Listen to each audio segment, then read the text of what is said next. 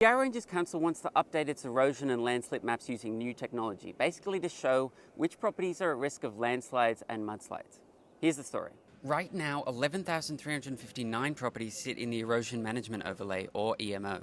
The new mapping would up that number to 13,724 properties. If your place is on this list, it doesn't mean that you can't build, but you'll probably need a geotech report, a planning permit, and more paperwork.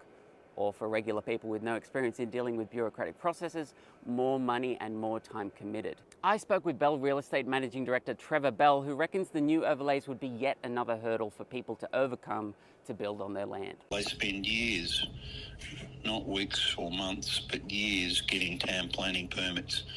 And by the time they finish the process, they're so emotionally broken that a lot of them don't proceed to build.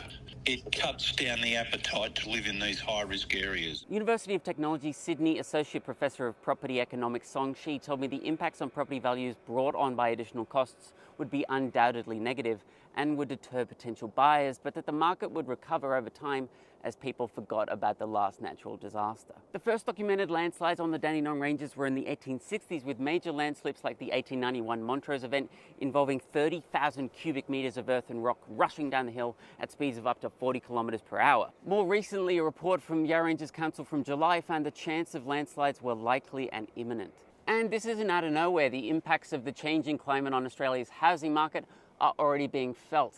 Earlier this year, the ABC reported on a husband and wife who discovered a piece of land they had purchased in Locksport was essentially worthless after it was placed within the Victorian floodplain management strategy. And data from the Climate Council and PropTrack released this month found ongoing flooding has devalued Australian homes by $42 billion over 2 decades.